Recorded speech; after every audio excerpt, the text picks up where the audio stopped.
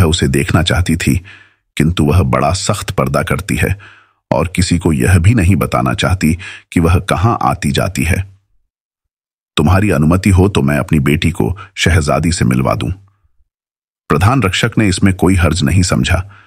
उसने कहा, एक पहर रात गए बादशाह शयन के लिए जाते हैं, तुम अपनी बेटी को उसी समय लाना। मैं इस मकान का दरवाजा खुला रखूंगा। शहजादी का मन बहलाने के लिए उसकी सहेली उससे मिले तो अच्छी ही बात होगी। अतएव बुढ़िया ने मर्जबान को जनाने कपड़े पहनाकर नकाब से उसका मुंह ढका और नियत समय पर शहजादी के आवास में ले गई। उसे बाहरी कमरे में छोड़कर शहजादी के पास जाकर बोली कि मेरा बेटा छद्मवेश में तुम्हारा हालचाल पूछने आया है। शहजादी को अपने बचपन के साथी के आने पर प्रसन्नता हुई। उसने मर्जबान को बुलाया और जब वह प्रणाम करके दूर खड़ा हुआ तो बोली, मर्जबान भाई पास आओ। भाई बहन में क्या तकल्लुफ, मेरा जी बहुत घबरा रहा था। तुम्हारे साथ 2 घड़ी बात करके मेरी तबीयत बहलेगी। मर्जबान ने अपनी ज्योतिष रमल आदि की पुस्तकें निकाली और शहजादी के रोग के निदान का प्रयत्न करने लगा। शहजादी बद्वारा बोली, मर्जबान, बड़े दुख की बात है कि तुम भी मुझे औरों की तरह पागल समझे हुए हो। मैं तुमसे जोर देकर कहती हूं कि मैं मानसिक रूप से बिल्कुल स्वस्थ हूं। जो लोग मेरे इलाज को आते हैं वे मेरी कहानी तो जानते नहीं, इसलिए मुझे पागल समझते हैं।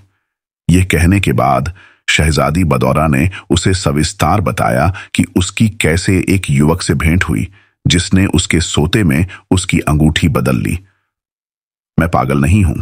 जिस समय मुझे मेरा प्रियतम मिल जाएगा मैं बिल्कुल ठीक हो जाऊंगी। मर्जबान यह सुनकर बहुत देर तो चुपचाप खड़ा रहा, फिर बोला, राजकुमारी, औरों ने चाहे आपकी बात का विश्वास न किया हो, किंतु मुझे विश्वास है। आप निश्चिंत रहें। मैं आपके मनोवांछित पुरुष की खोज में जाता हूं। ईश्वर की इच्छा हुई तो उसे खोज ही लाऊंगा। अगर ऐसा न हो सका तो मैं यहां मुंह न दिखाऊंगा। अब जब आप सुने कि मर्जबान नगर में है तो समझ लें कि आपका प्रियतम भी उसके साथ आया है। यह कहकर वह विदा हो गया। अपने नगर से निकलकर वह देश देश की, नगर नगर की यात्रा करता रहा और पूछताछ करता रहा, किंतु उसकी यह भी समझ में नहीं आया था कि क्या पूछे। संयोग से वह एक दिन वह सुंदर नगर में ठहरा हुआ था जो एक नदी के तट पर बसा हुआ था। यह उसके चीन से जाने के लगभग 4 महीने की बात है। कुछ सैलानियों ने उसे बताया कि फारस का शहजादा कमरुज्जमा अजीब तरह से उन्माद से ग्रस्त है। वह सख्त पहरे के अंदर था, फिर भी कहता है कि उसके साथ एक सुंदरी लेटी जिससे उसने अंगूठी बदली है। मर्जबान को आशा हुई कि शायद यह वही पुरुष है जिसका उल्लेख बदौरा ने किया है। उसने उस द्वीप का मार्ग पूछा जहां कमरुज्जमा किले में कैद था। मालूम हुआ कि 2 रास्ते हैं। एक थल मार्ग है जो निरापद है किंतु लंबा है, दूसरा समुद्री मार्ग है किंतु वह खतरनाक है। मर्जबान ने खतरनाक समुद्री मार्ग ही से जाना निश्चित किया। कुछ दिनों तक तो यात्रा ठीक रही, किंतु बाद में एक तेज तूफान आया जिसने जहाज को एक पहाड़ के जल मार्ग पर पटक दिया। जहाज टुकड़े टुकड़े होकर गहरे समुद्र में आ गिरा। जहाज के सारे लोग डूब गए, किंतु मर्जबान कुशल तैराक भी था। वह एक तख्ते का सहारा लेकर तैरता रहा और धीरे धीरे उसी द्वीप के तट पर आ लगा जहां कमरुज्जमा को कैद कर रखा गया था। संयोग की बात थी कि उसी समय बादशाह वहां समुद्र को देखकर मन बहला रहा था। मर्जबान को तख्ते के सहारे तैरते देखकर उसने मंत्री को आज्ञा दी कि इस आदमी को तुरंत डूबने से बचाया जाए। मांझी लोग आज्ञा पाकर समुद्र में गए और मर्जबान को निकालकर उसे बादशाह के समक्ष ले गए। बादशाह ने उससे बात करने के बाद आदेश दिया कि यह व्यक्ति शिक्षित और बुद्धिमान है और शहजादे का समवयस्क भी, अतएव इसे उसके साथी के रूप में शहजादे के पास रखा जाए। उसने शहजादे की बीमारी का हाल उसे कहा। मर्जबान अंगूठी बदलने की बात सुनकर समझ गया कि बदौरा इसी शहजादे की बातें करती है।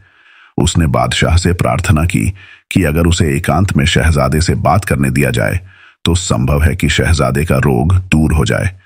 बादशाह ने इसकी अनुमति दे दी। अकेले में कमरुज्जमा ने मर्जबान से पूछा कि तुम कौन हो और कहां से आए हो। उसने धीरे से कहा, सरकार, मैं चीन से आया हूं। जो सुंदरी आपके समीप आकर लेटी थी और जिससे आपने अपनी अंगूठी बदली है उसे मैं अच्छी तरह जानता हूं। वह चीन के महापराक्रमी सम्राट की पुत्री है। उसका नाम बदौरा है। जिस प्रकार आप उसके वियोग में उन्मत्त हो गए हैं वैसे ही वह भी आपके विछोह में जलविहीन मछली की तरह तड़पती रहती है। मर्जबान ने आगे बताया, मैं उसका दूध भाई हूं और उसे मुझ पर पूरा विश्वास है, इसलिए उसने मुझे अपना और आपका हाल ब्यौरेवार बताया है।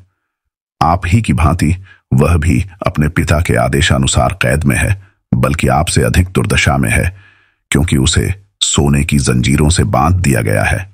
उसके पिता ने मुनादी करवा दी है कि जो कोई मेरी बेटी को ठीक कर देगा उसे मैं अपना दामाद और युवराज बना दूंगा, किंतु जो इस प्रयत्न में असफल हुआ उसे मरवा डालूंगा। इसी चक्कर में लगभग 150 ज्योतिषियों, रमल के जानकारों, तांत्रिकों, हकीमों ने अपनी जान गंवा दी है और नगर की रक्षा भित्ति के सहारे उनके सिर लटके हैं। अगर आप वहां जाएंगे तो निश्चय ही शहजादी ठीक हो जाएगी और सम्राट अपने वचन के अनुसार उससे आपका विवाह करा देंगे और आपको सम्राट के मरणोपरांत वहां का राज्य भी मिलेगा। इसीलिए अब सबसे पहले तो जरूरी है कि आप ठीक तरह से स्वास्थ्यवर्धक भोजन करके अपने शरीर में शक्ति पैदा करें और फिर मेरे साथ चीन चलें। कमरुज्जमा को यह सुनकर इतनी प्रसन्नता हुई कि वह उत्साह के मारे खड़ा हो गया। उसे अपनी प्रियतमा से मिलने की आशा हो गई थी। उसने स्नान करके अच्छे वस्त्र धारण किए और सबसे साधारण रूप में हंसने बोलने लगा। उसने अपने पिता के साथ डटकर भोजन किया। बादशाह यह देखकर फूला न समाया। उसने अपने पुत्र को गले लगाया और खिड़ द्वीप के किले से निकालकर अपने महल में ले गया। उसने राज्य भर में शहजादे के स्वास्थ्य लाभ पर बड़ा भारी उत्सव कराया और महल में सामंतों और प्रमुख नागरिकों की बड़ी शानदार दावत की। उसने दीन, अनाथ और भिखारियों को मुंह मांगा दान भी दिया। राज्य के सभी लोग अपने शहजादे के स्वास्थ्य लाभ से बहुत प्रसन्न हुए और कई दिनों तक उत्सव चलता रहा।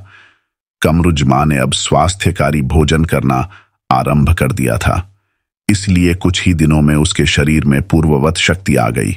फिर उसने मर्जबान से कहा कि अब मुझ में वियोग सहने की और शक्ति नहीं है। मैं तुम्हारे साथ चीन के लिए तुरंत ही रवाना होना चाहता हूं, किंतु मेरे पिताजी मुझे इतना चाहते हैं कि इतनी दूर की यात्रा की अनुमति न देंगे। यह कहकर वह रोने लगा।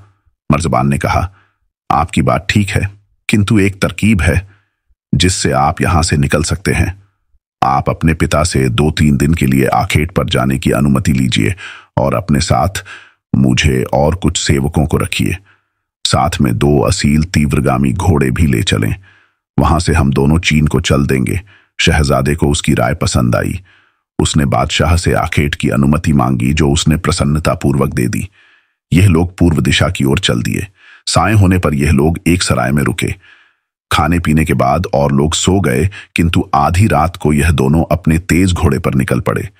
उन्होंने एक तीसरा मामूली घोड़ा भी लिया और राजसेवकों जैसी एक पोशाक भी। 5-6 घंटे चलने के बाद वे उस चौराहे पर पहुंचे जहां से जंगल शुरू होता था। मर्जबान ने शहजादे से कहा कि आप अपने कपड़े उतार कर मुझे दे दें और यह नौकरों जैसे कपड़े पहन लें। शहजादे ने ऐसा ही किया। मर्जबान ने तीसरे घोड़े को मार डाला और उसके खून में कमरुज्जमा की शाही पोशाक फाड़कर लिथेड़ दी और घोड़े की लाश को खींचकर छुपा दिया और चौराहे के पास खून से सनी और तार तार शाही पोशाक डाल दी। शहजादे ने आश्चर्य से पूछा कि तुमने ऐसा क्यों किया? मर्जबान ने कहा, आपके सेवक गण आपको ढूंढते हुए यहां आएंगे और इन कपड़ों को देखकर समझेंगे कि कोई वन्य पशु आपको खा गया। फिर आपकी तलाश छोड़ दी जाएगी और हम आराम से चलेंगे। तत्पश्चात वे दोनों बहुत सी अशर्फियां और जवाहिरात लेकर कभी समुद्री और कभी थल मार्ग से यात्रा करते हुए चीन पहुंचे। उन्होंने एक सराय में ठहरकर 3 दिन तक विश्राम किया। इस बीच मर्जबान ने शहजादे के लिए हकीमों जैसे कपड़े बनवा लिए। फिर हमाम में दोनों ने स्नान किया और शहजादे ने हकीमी लिबास पहना।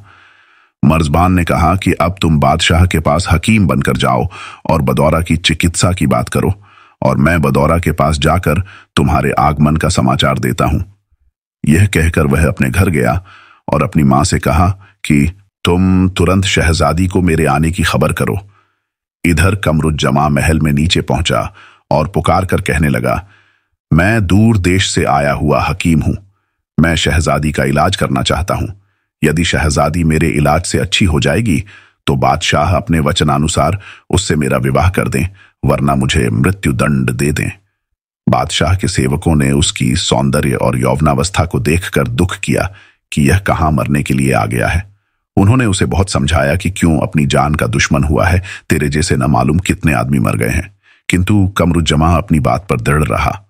सेवक उसे सम्राट के पास ले गए। कमरुज्जमा दरबार में जाकर धड़धड़ाता हुआ सम्राट के बगल में बैठ गया। सम्राट को इस बात पर क्रोध आना चाहिए था, किंतु वह इस जवान हकीम की हालत पर तरस खाने लगा। उसके समझाने पर भी जब कमरुज्जमा न माना तो सम्राट ने उससे प्रतिज्ञा पत्र पर हस्ताक्षर कराए और बदौरा के आवास में उसे भेज दिया। वहां का प्रधान रक्षक शहजादे को बाहर बिठाकर बदौरा को बताने गया कि तुम्हारा इलाज करने के लिए एक हकीम आया है। शहजादी ने कहा, उसे भी लाओ। प्रधान रक्षक ने आकर कहा कि शहजादी तुम्हें बुलाती है। कमरुज्जमा ने कहा कि मेरे वहां जाने की जरूरत नहीं है, यहीं से उसे ठीक कर दूंगा। शहजादे ने कलम दवात निकालकर एक पत्र लिखा जिसमें उनकी मिलन रात्रि का वर्णन था और उस पत्र को बदौरा की अंगूठी के साथ बदौरा के पास भेज दिया। बदौरा ने पत्र पढ़ा और अपनी अंगूठी पहचान ली और समझ गई कि यह मेरा प्रिय पुरुष है। उसने झटके से जंजीरें तोड़ डाली और दौड़ती हुई वहां आई जहां शहजादा बैठा था। दोनों ने एक दूसरे को पहचान आलिंगनबद्ध हो गए। शहजादी की परिचारिका बुढ़िया ने दोनों को अंदर बैठाया। दोनों प्रेम की बातें करने लगे।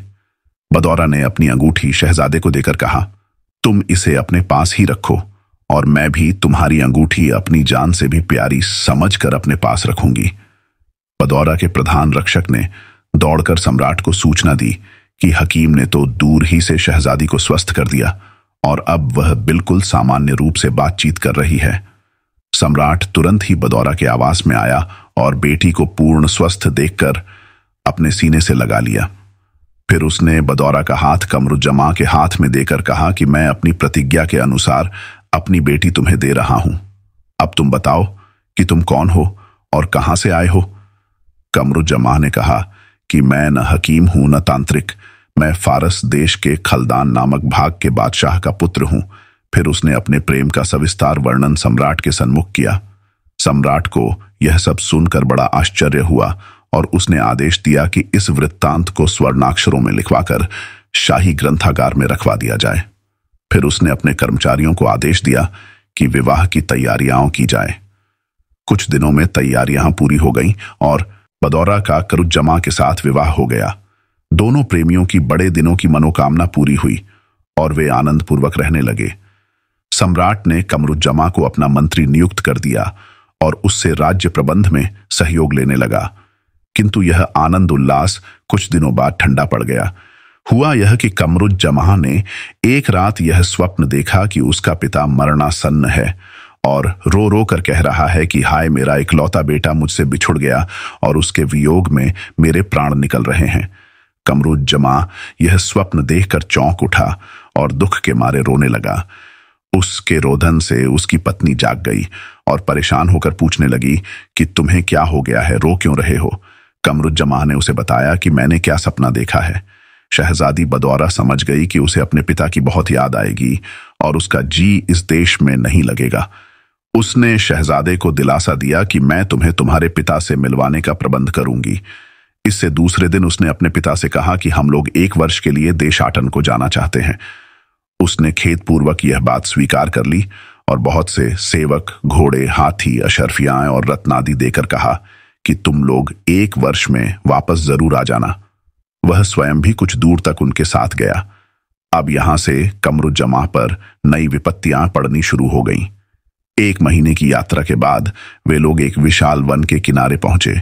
कमरुज्जमा थक गया। उसने बदौरा से कहा कि कहो तो यहां डेरा डालकर कुछ समय तक आराम कर लें। बदौरा भी यही चाहती थी। उसने कहा कि मैं तुमसे भी अधिक थक गई हूं, यहां तक कि यात्रा में हमारे बहुत से सेवक पीछे छूट गए हैं, वे भी हम लोगों के साथ आकर मिल जाएंगे। कमरुज्जमा की आज्ञा पाकर उसके सेवक फर्राशों ने सघन पेड़ों की छाया में तंबू लगा लिया। उनके अन्य साथी और सैनिक भी अपने तंबू तान बैठे। बदौरा गर्मी और थकन से बड़ी व्यथित थी। वह डेरे के सज जाने पर उसमें जाकर उसमें बिछे पलंग पर लेट गई और लेटते ही सो गई। कुछ समय के बाद बाहरी प्रबंध की देखभाल करके कमरुज्जमा भी वहां आया और पत्नी के बगल में लेट रहा। बदौरा ने लेटने से पहले अपनी कमर का पटका खोलकर वहीं पास में डाल दिया था। यह पटका रत्न जड़ित था और इसमें जरदोजी के काम का एक बटुआ भी बंधा था। कौतूहलवश शहजादे ने वह बटुआ उठाया तो मालूम हुआ कि उसके अंदर कोई ठोस और कठोर सी वस्तु है। कमरुज्जमा ने बटुआ खोलकर उसे निकाला तो देखा कि वह एक बड़ा सा लाल था जिस पर कुछ यंत्र जैसा बना था। शहजादे को ताज्जुब हुआ कि बदौरा ने उसे सुरक्षा पूर्वक किसी पेटिका में न रखकर ऐसी बेपरवाही से क्यों फेंक दिया। वास्तव में यह यंत्र बदौरा की मां ने उसकी रक्षा के लिए दिया था। शहजादा उसे डेरे से बाहर लाया ताकि प्रकाश में उसके अक्षर पढ़ सके, किंतु तभी एक पक्षी उसे उसके हाथ से लेकर उड़ गया। शहजादे को बड़ी परेशानी हुई कि उसकी प्रिया की यह अमूल्य वस्तु उसके हाथ से ही निकली। उसने पक्षी का पीछा किया। पक्षी कुछ दूर जा बैठा। जब शहजादा उसके पास गया तो वह उड़कर फिर कुछ दूर जा बैठा। शहजादा फिर उसके पास पहुंचा तो पक्षी ने वह लाल निगल लिया और फिर कुछ दूर तक उड़कर बैठ गया। कमरुज्जमा इसी प्रकार उसका पीछा करता रहा। शाम तक वह पक्षी इसी प्रकार कमरुज्जमा को भटकाता रहा। कमरुज्जमा अपने लश्कर से दूर निकल गया था और उसे दिशा ध्यान भी नहीं रहा। उसने पेड़ों के कुछ फल खाए और एक पेड़ की छाह में सो रहा। सवेरे उसने देखा कि वह पक्षी उसी पेड़ पर बैठा है। कमरुज्जमा ने उसे पकड़ना चाहा तो वह फिर उड़कर दूर जा बैठा। इसी प्रकार दूसरे दिन भी उस पक्षी ने कमरुज्जमा को दिन भर अपने पीछे दौड़ाया। वह बेचारा दिन भर पक्षी का पीछा करता और रात को किसी पेड़ के नीचे सो रहता। वह सोचता कि वापस जाऊं भी तो लश्कर का पता कहां मिलेगा। इससे अच्छा है कि इस पक्षी को पकड़कर इसके अंदर से माणिक निकाल लूं। 11वें दिन वह पक्षी एक नगर के समीप पहुंचा। कमरुज्जमा भी उसके पीछे पीछे चला। अब वह पक्षी तेजी से उड़ा और एक विशाल भवन के पीछे जाकर ऐसा लोप हुआ कि कमरुज्जमा के लाख ढूंढने पर भी वह दिखाई नहीं दिया। कमरुज्जमा की समझ में नहीं आ रहा था कि क्या करूं। वह नगर समुद्र के तट पर बसा था। कमरुज्जमा बहुत देर तक उस नगर की सड़कों और गलियों में भटकता रहा ताकि किसी नागरिक से सहायता मांगे, किंतु वहां के किसी आदमी ने उससे बात ही नहीं की। अब वह बेचारा शहर से निकलकर समुद्र तट पर घूमने लगा। उसे एक बाग दिखाई दिया और उसके अंदर जाने को उद्यत हुआ, किंतु बाग के माली ने उसे देखकर बाग का फाटक बंद कर लिया। कमरुज्जमा को इससे आश्चर्य हुआ और उसने माली से पूछा कि तुमने मुझे देखकर फाटक क्यों बंद कर लिया। माली ने उत्तर दिया, यह मैंने इसलिए किया कि तुम मुसलमान हो, तुम परदेसी हो, इसलिए यहाँ की बातें नहीं जानते। ये देश प्रस्तर पूजकों का है। यहाँ के लोग मुसलमानों को उत्पीड़ित करना अपने धर्म का एक भाग समझते हैं। मुझे इस बात का आश्चर्य है कि तुम इतनी देर से यहाँ घूम रहे हो और किसी ने तुम्हें अब तक कोई यातना नहीं दी। इसे भगवान की तुम पर अति कृपा कहनी चाहिए। कमरुज्जमा की समझ में बिल्कुल ना आया कि क्या करूं। उसकी परेशानी को देखकर बूढ़े माली को दया आई। उसने कहा, खैर तुम भूखे प्यासे और परेशान मालूम होते हो, चुपके से बाग के अंदर आ जाओ और मेरे झोपड़े में छुप कर बैठो और खा पी कर कुछ देर आराम करो। कमरुज्जमा ने उसके प्रति आभार प्रकट किया और झोपड़े में जाकर कुछ खाया पिया और फिर माली के पूछने पर अपना सारा हाल बयान किया कि किस प्रकार वह दुष्ट पक्षी मुझे भटकता हुआ यहां ले आया है। अपना हाल सुनाते सुनाते वह रोने लगा कि न जाने अब मेरे प्यारी पत्नी से मेरी भेंट होगी भी या नहीं और उसे लेकर अपने पिता से भी मिल पाऊंगा या नहीं। उसने कहा कि यह भी तो ठीक नहीं है कि मेरी पत्नी अब भी उसी वन में हो जिसमें मैं उन्हें छोड़ आया था। माली ने उसे बताया, मुसलमानों के देश यहां से बहुत दूर हैं। कम से कम 1 वर्ष की यात्रा करनी होती है उनमें जाने के लिए। उनमें से सबसे निकट का देश अवौनी है। अवौनी भी समुद्र तट पर है और वहां से लोग समुद्र के रास्ते आसानी से तुम्हारे पिता के खलदानी द्वीपों में पहुंच जाते हैं। साल में एक बार अवौनी का एक व्यापारी यहां आता है और अपने यहां की वस्तुएं यहां लाकर बेचता है और यहां की पैदावार खरीद कर वापस अपने देश को चला जाता है। वह कुछ दिन पहले ही आया था। तुम उस समय यहां होते तो मैं उससे तुम्हारा परिचय करा देता और वह अपने जहाज पर तुम्हें अवौनी ले जाता, किंतु अब वह 1 वर्ष के बाद आएगा। तब तक तुम मेरे झोपड़े में आराम से रहो। हाँ, किसी से अपने मुसलमान होने का जिक्र न करना, नहीं तो मेरी भी मुसीबत आ जाएगी। कमरुज्जमा ने माली के प्रस्ताव को भी भगवान की दया समझा और वह उसके सहायक के रूप में जीवन यापन करने लगा। दिन भर वह बाघ की साज सवार करता और रात को बिस्तर पर लेटकर बदौरा की याद में आंसू बहाया करता। उसे 1 वर्ष बाद वहां से छुटकारे की तो आशा थी, किंतु बदौरा से मिलने की कोई उम्मीद कम ही रह गई थी। उधर बदौरा उस दिन नींद से उठी तो कमरुज्जमा को न देखकर बड़े आश्चर्य में पड़ी। फिर उसने अपने पटके को देखा तो मालूम हुआ कि उसमें से बटुआ खोल लिया गया है। वह समझ गई कि शहजादा ही उसे देखने को ले गया होगा। रात होने पर भी शहजादा न लौटा तो वह बड़ी निराश हुई और रोने लगी।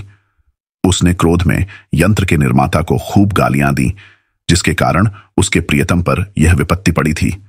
लेकिन वह बुद्धिमती थी, उसने साहस नहीं खोया और तय कर लिया कि आगे क्या करना चाहिए।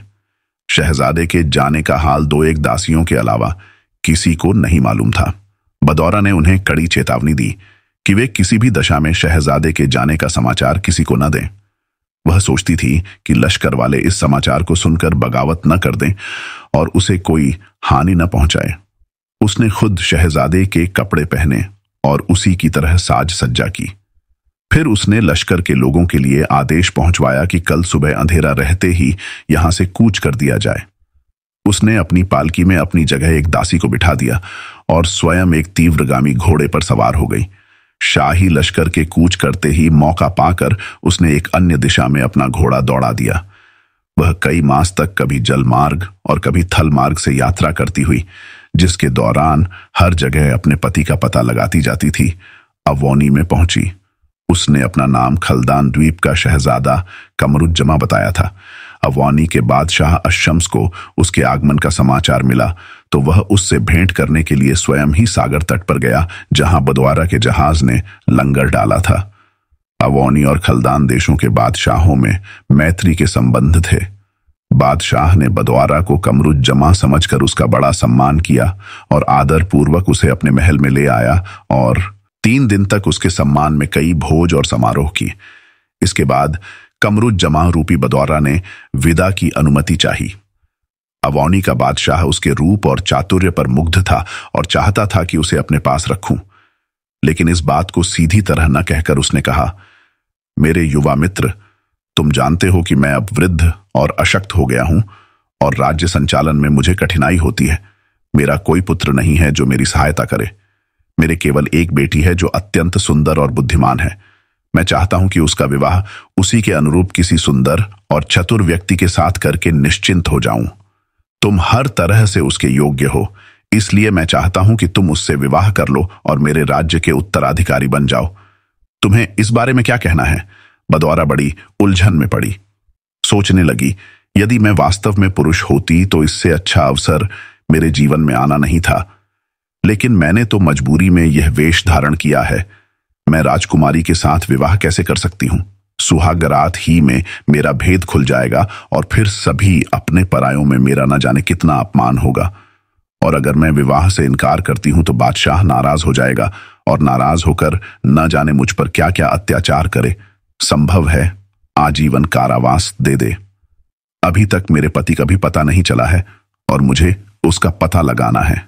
ये सब सोचकर उसने विवाह के लिए स्वीकृति इस शर्त पर दे दी कि 1 दिन का अवकाश दिया जाए, जिसमें साथ के लोगों की सलाह भी ले ली जाए।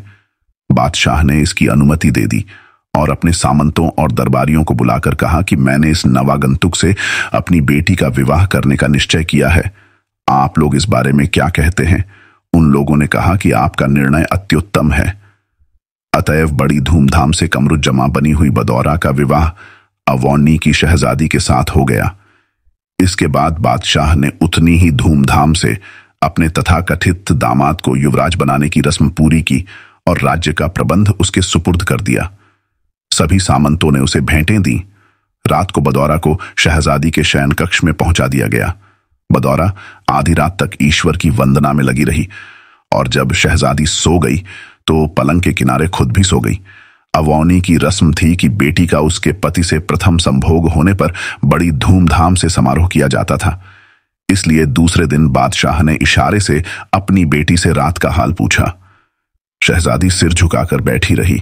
उसकी उदासी देखकर बादशाह समझ गया कि इसकी इच्छा पूर्ति नहीं हुई।